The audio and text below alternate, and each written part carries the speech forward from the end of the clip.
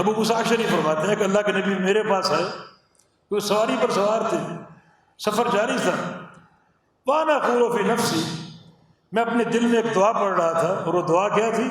لا حول ولا قوت الا باللہ، یہ ذکر کر رہا تھا۔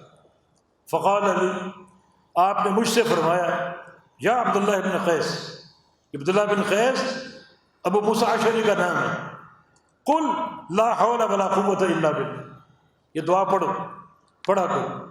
حالانکہ وہ پڑھ رہے تھے، آپ نے ان کو اس دعا کی تعلیم دی، اور ساتھ اس کی فضیلت، فَإِنَّهَا كَنْزٌ مِّن كُنُوزِ الْجَنَّةِ، یہ کلمہ لا حول ولا قوت الا باللہ جنت کے خزانے میں سے خزانہ، جنت کا خزانہ، جتنی بار پڑھو گے اتنے خزانے جنت میں پہنچاتے جاؤ، اللہ تعالیٰ آپ کے لیے خزانے جنت میں ڈال دے گا جتنی بار پڑھو۔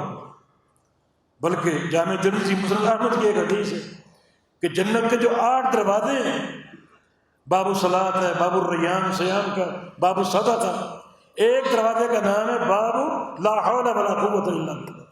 اس دروازے سے وہ لوگ داخل ہوں گے جنہوں نے کثرت کے ساتھ یہ ذکر کیا ہو، لا حول ولا قوت الا باللہ، کثرت سے کیا۔ اب یہ ذکر جو ہے ہم اس سے محروم ہیں، کیونکہ ہم یہ ذکر کبھی کبھی خاص موقع پر کرتے ہیں۔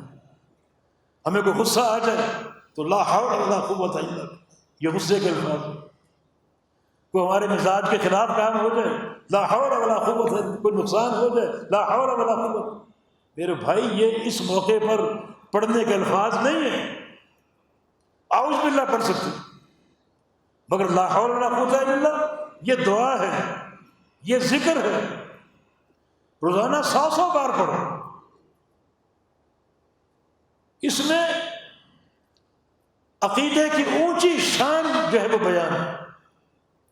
دیکھو انسان کی 2 حالتیں، خوشی یا غمی، مالداری یا فقر، بیماری یا صحت، تیسری حالت کوئی نہیں۔ اور لا حول ولا قوت الا باللہ یہ پوری زندگی کے لیے، لا حول یہ تحفظ اور تحمیل سے، معنی برائی کو پھیرنا، بیماری ہے تو اس کو پھیرنا، فقر ہے تو اس کو پھیرنا، پریشانی ہے تو اس کو پھیرنا، اور ولا قوت اچھائی حاصل کرنا، صحت، علم، مال، ایمان اور علم کی دولت، سارے معنی، یہ سب کا سب الا باللہ، اللہ کی توفیق سے۔ معنی انسان نے پورا دفع شر کے لیے اور جلب خیر کے لیے اپنے آپ کو پورا کا پورا اللہ کے سپرد کر دیا۔